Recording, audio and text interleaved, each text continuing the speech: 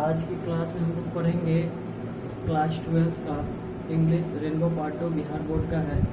इसमें आज का जो चैप्टर है द सोल्जर, उसके बारे में हम लोग थोड़ा सा जानकारी लेंगे, पढ़ेंगे। सबसे पहले first of all I want to say that the soldier is a beautiful poem. इसको सोनेट भी कहते हैं। What is sonnet? Sonnet is a type of poem. It consist 14 line. 14 line की पंक्ति को हम लोग सोनेट बोलते हैं। पहला स्टेंजा होता है इसका 8 लाइन का ऑक्टिव और 6 लाइन का होता है सेस्टिव। ठीक है, तो जो ये सोनेट लिखे हैं इनका नाम है रूपर्ट ब्रूक। और this sonnet is full of, इसको कह सकते हैं पेट्रियोटिज्म। ये देशभक्ति की जो भावना है उसके बारे में इन्होंने एक्सप्लेन किया। ये खुद सोल्जर थे ही और ये एक पोएट भी थे। तो इन्होंने एक चीज़ लिखा द सोल्जर, उसके बारे में आज हम लोग थोड़ा सा डिस्कस करेंगे। ये देश प्रेम के बारे में बताया गया है। ये फर्स्ट वर्ल्ड वार की कविताएं हैं, उसको हम लोग पढ़ेंगे आज के वीडियो में। तो a sonnet with his strong desire, his life as beautiful poem describe in his poem. The hero of this poem is a soldier. He is really to die. His country अपने देश प्रेम के लिए बताए हैं, but he is really against war, जो कि against है war, and हम लोग कह सकते हैं कि he loves his country according to him the surrounding of England is life habit, जो भी है उनका बताए हैं कि एक्सप्लेन करते हैं इस चीज़ को। हम लोग पढ़ेंगे, पोएट्री लाइंस पढ़ेंगे। तो ये सब हम लोग थोड़ा सा बैकग्राउंड जानते हैं कि कवि के बारे में, कि कवि क्या थे क्या नहीं थे, उसके बारे में हम लोग क्लियरली बात को थोड़ा सा क्लियर करेंगे इस वीडियो में। और पोएट्री जो लाइन्स है उसको भी पढ़ेंगे, क्योंकि पोएट्री लाइन्स दो पोएट्री लाइन्स आपके एग्जाम में पूछता भी, उसको एक्सप्लेन करने के लिए।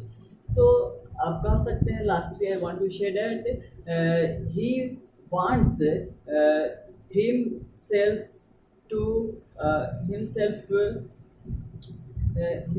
to be die to rest foreign land in land of his, that क्या कह सकते हैं उसको, place is a much part of England as him, जो भी है। तो सबसे पहले हम लोग क्लियर करते हैं कि थोड़ा सा बैकग्राउंड पढ़ते हैं। कुछ जो है पोएट्री लाइंस आपका इम्पोर्टेंट है। रेनबो पार्ट 2 का ये बुक है, ठीक है। इसको हम लोग क्लियरली करेंगे, थोड़ा सा डिफाइन करते हैं। इसमें कुछ पोएट्री लाइंस इम्पोर्टेंट लाइंस भी है।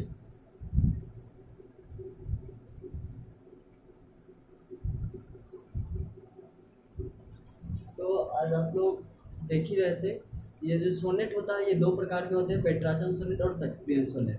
तो जो सोनेट होता है वो 14 लाइन का होता है, 8 और 6 लाइन का होता है। फर्स्ट स्टेंजा 8 लाइन का, सेकंड स्टेंजा 6 लाइन का होता है। पेट्राचन सोनेट होता है और शेक्सपियन सोनेट होता है। तो ये आपका सोनेट था। ये कविता आप कह सकते हैं कि एक प्रकार का सोनेट है। तो सबसे पहले हम लोग देखते हैं कि कवि का थोड़ा सा बैकग्राउंड के बारे में थोड़ा सा पढ़ते हैं। इसमें दिया हुआ है रूपर्ट ब्रूक। इनका जन्म हुआ था, आप देख सकते हैं, 3 अगस्त 1887 ईस्वी में। 1887 में हुआ था, 3 अगस्त को। और इनका जो है डेट हो जाता है, ये मर जाते हैं 23 अप्रैल 1915 को। तो सबसे पहले हम लोग कहेंगे कि 23 अप्रैल 1915 यानी 1915 में इनका देहांत हो जाता है।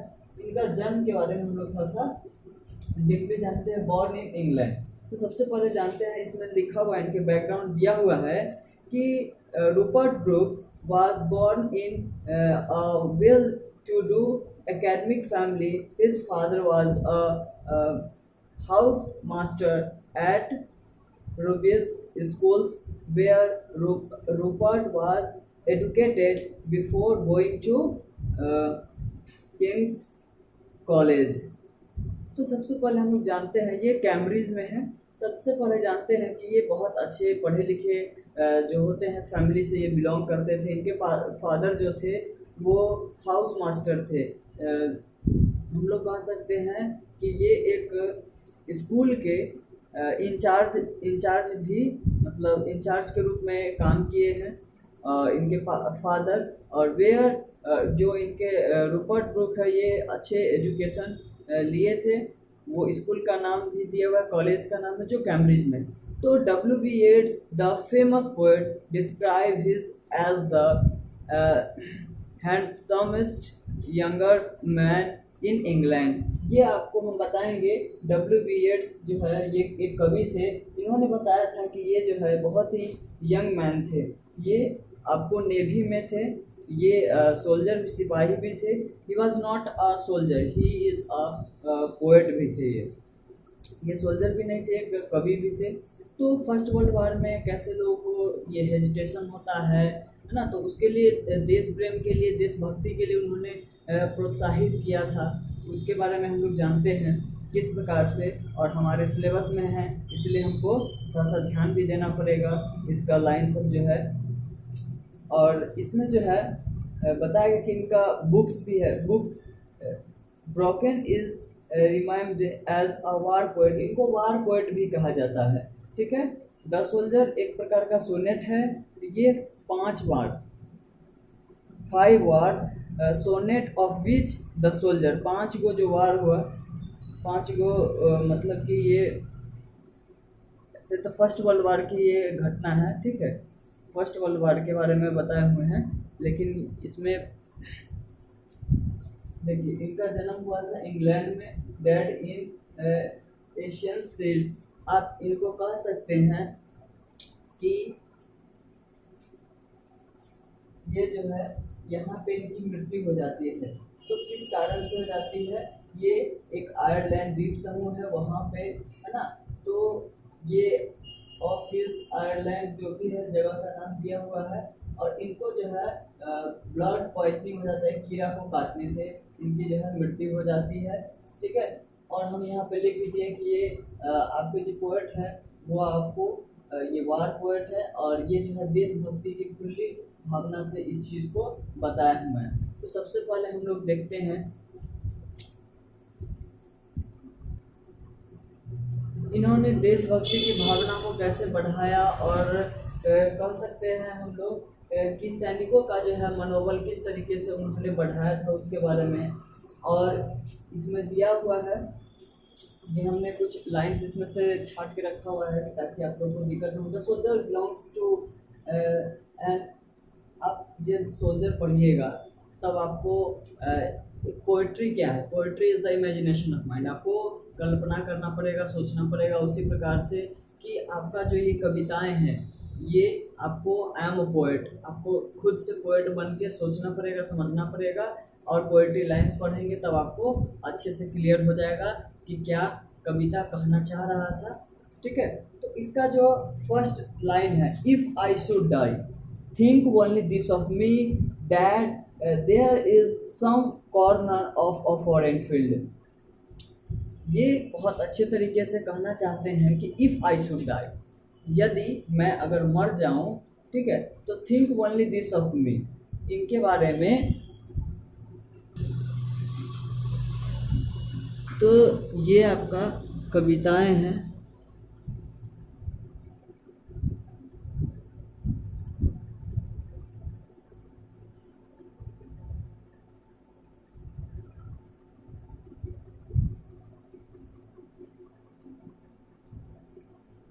ठीक है। तो सबसे पहले हम लोग इस लाइन में देखेंगे कि क्या कहना चाहते हैं कवि, कि अगर मैं किसी युद्ध में मर जाऊं तो मेरे बारे में यह मतलब यह समझा जाएगा कि बस जो है इतना सोचना कि अगर मैं विदेशी ज़मीन पर, मतलब किसी दूसरे ज़मीन पर भी अगर मरता हूँ तो यह समझा जाए कि ये ज़मीन कहाँ का है, तो इंग्लैंड का है। ठीक है, वह ज़मीन इंग्लैंड का हो जाएगा। ठीक है। और करें कि यह जो है शरीर जो है यह तो इंग्लैंड ने दिया है। सबसे पहले इसमें लाइन समझते हैं। ठीक है। That is for ever England there shall be, और कह रहे हैं कि जहाँ पे ये मरेंगे वही साइड कॉर्नर पे इनको जो है दफना दिया जाएगा, है ना, ये धरती वो धरती समझा जाएगा। इन दैट रिच अर्थ, मतलब वो धनी अर्थ जो है उसके बारे में कहा है। इन अ रिचर डस्ट कंसील्ड, मतलब होता है गुप्त होना, ठीक है। तो आप इसके बारे में पढ़ेंगे। अ dust women England's born सेप्ड made away, कह रहे हैं कि ये जो है ये सभी तो इंग्लैंड के द्वारा दिया गया है, उसी मिट्टी से, धूल से, हवा से, उनके कतरे से जो है, मतलब रग खून ब्लड के बारे में कह रहे हैं कि यही सभी चीज़ों से इंग्लैंड से इनको सब मिला है। इनको जन्म भी इंग्लैंड में हुआ, है ना, इनका शेप आकार भी बना और made away and gave once her flowers to love, इनके यहाँ जो है इंग्लैंड ने मतलब इनको दिया फूल इनको प्यार करने के लिए, है ना। और हेयर वे टू रोम, रोम करें इधर उधर जो है घूमते थे। तो इनका जो सड़क उड़क है ये सब क्या किया था, बहुत अच्छे तरीके से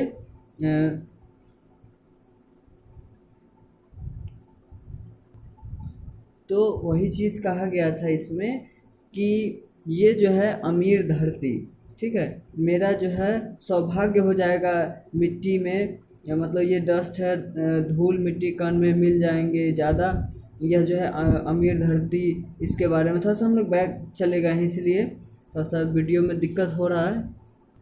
ये कहना चाह रहे थे कि ये बॉडी जो है इंग्लैंड ने दिया है, ये जन्म भी मतलब कि यही हुआ है, आकार भी दिए हैं, और मेड अवे इंग्लैंड ने ही, है ना, जागरूक किया है।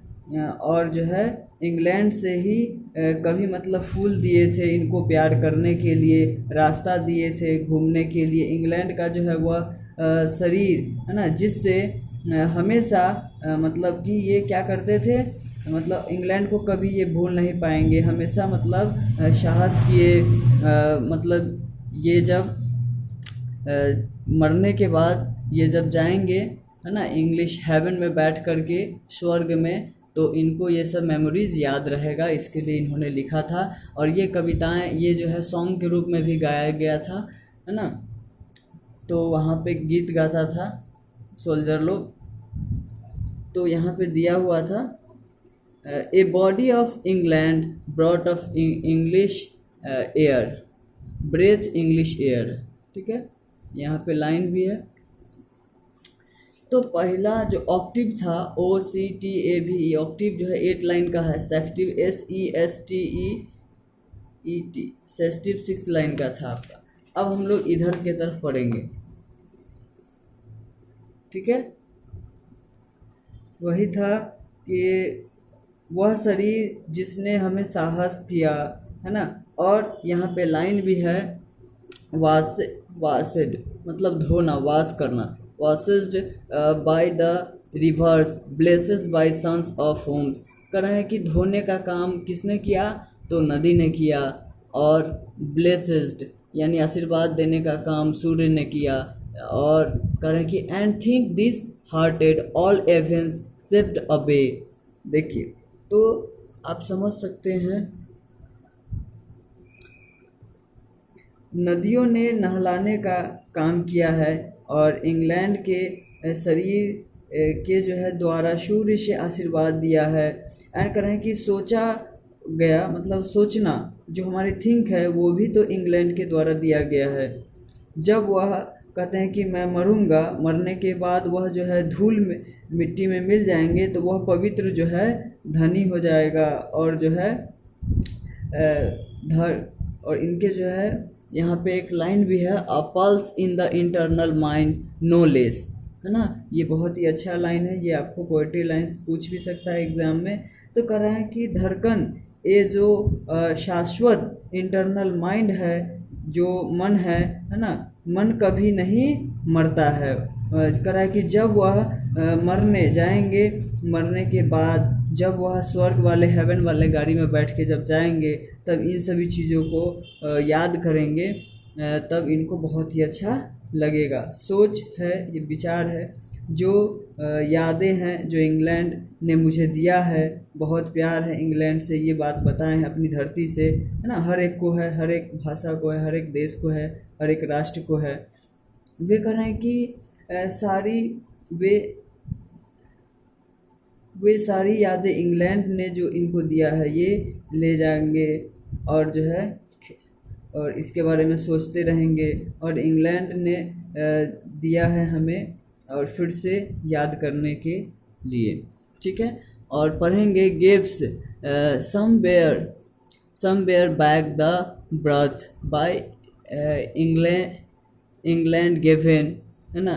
हेयर साइट नज़ारा, साइट एंड साउंड, ड्रीम्स मतलब स्वप्न, happy as her day and laughed हंसना, लर्नेड ऑफ फ्रेंड्स, है ना, एंड जेंटलनेस। तो ये सभी बातें करते हैं हमारे कवि किस प्रकार से, ये कह रहे हैं कि ये सब जो बातें हैं हमेशा धड़कते रहेगा, और इंग्लिश हेवन में बैठ करके याद करेंगे, और फिर जो है जब जाते रहेंगे यहाँ पर जो है सारी साइट नज़ारा, है ना, दृश्य और आवाज़, मधुरता, खुशहाली दिन को याद करेंगे हेवन में बैठ करके, है ना। और कह रहे हैं कि हंसना, दोस्तों के साथ जो मतलब हंसी होता है उसको, दोस्तों से जो मतलब हंसी सीखी है ना। और इंग्लिश हेवन में जब जाएंगे वहाँ पर, है ना, विनम्रता और जो है सज्जनता भी जो है जाएगी, है ना। और ये बहुत अच्छे ढंग से कहे हैं कि हो सकता है सारे शांत हो करके और जो है इंग्लिश हेवन में सारे लोग बैठ करके जाएं, और हम लोगों ने इतना चीज़ को याद करेंगे, है ना, मरने के बाद। तो ये मरने की बातें नहीं कर रहे हैं, यहाँ पे एक मोटिवेट कर रहे हैं अपने लोगों को कि कैसे हम लोगों ने हंसना सीखा, ड्रीम यहाँ क्या सपना, यहाँ का साउंड नज़ारा, यहाँ का हैप्पीनेस डेज और जेंटलनेस जो सज्जनता थी, इन हार्ट टू पीस, ये सब एकदम हृदय के एकदम करीब है, अंडर इन इंग्लिश हेवन में बैठ करके जब जाएंगे तो यहाँ पे आप देखने का काम करेंगे कि तोप बंदूक सब है, यहाँ फौजी सब है, ठीक है। सोल्जर हम लोग कहते हैं कि ही इज़ अ रियली, एक जो है सोल्जर एक रियल हीरो होता है, ठीक है। तो हम लोग देश प्रेम के लिए मरते हैं। एंड अदरवाइज़ आपने इस वीडियो को पूरा अंत तक देखे होंगे तो लाइक, सब्सक्राइब एंड कमेंट कर देने का कष्ट करेंगे, छोटा सा कैसा लगा। और भी कुछ अगर डाउट हो तो फिर से आप जो है बातें कर सकते हैं, लिख सकते हैं और नोट कर सकते हैं, इसका समरी आप लिख सकते हैं, ठीक है, कि आपको कैसा लगा। और 5 मिनट में जल्दी से मैं बता देता हूँ शुरू से अंत तक कि इनके बारे में कविताएं एकदम। देखिए, तो ये जो रूपर्ट ब्रूक थे, है ना, इन्होंने एक बहुत ही सुंदर सा जो कविताएं लिखी हैं उनके बारे में बताएं कि यह जो है कविता राष्ट्रभक्ति से, है ना, परिपूर्ण है, और यह एक सैनिक का देश प्रेम है, और अपने जीवन को जो है उत्सर्ग कर देने के लिए उनकी जो है तीव्रता इच्छा है। और इस कविता में सुंदर ढंग से अंकित किया, बहुत अच्छे तरीके से बताया गया है। और इस कविता के नायक एक कौन है, तो सिपाही हैं, वह अपने देश के लिए मरने को तैयार रहते हैं, किंतु हकीकत में वह जो है युद्ध के विरोधी होते हैं, युद्ध नहीं चाहते हैं, वह जो है शांति चाहते हैं। वह जो है 2 देशों के बीच यह युद्ध जो है बिल्कुल नहीं होना चाहते थे, और उनसे उनके जो है अनुसार इंग्लैंड की जो है ज़मीन अपने लिए जो है स्वर्ग के समान है।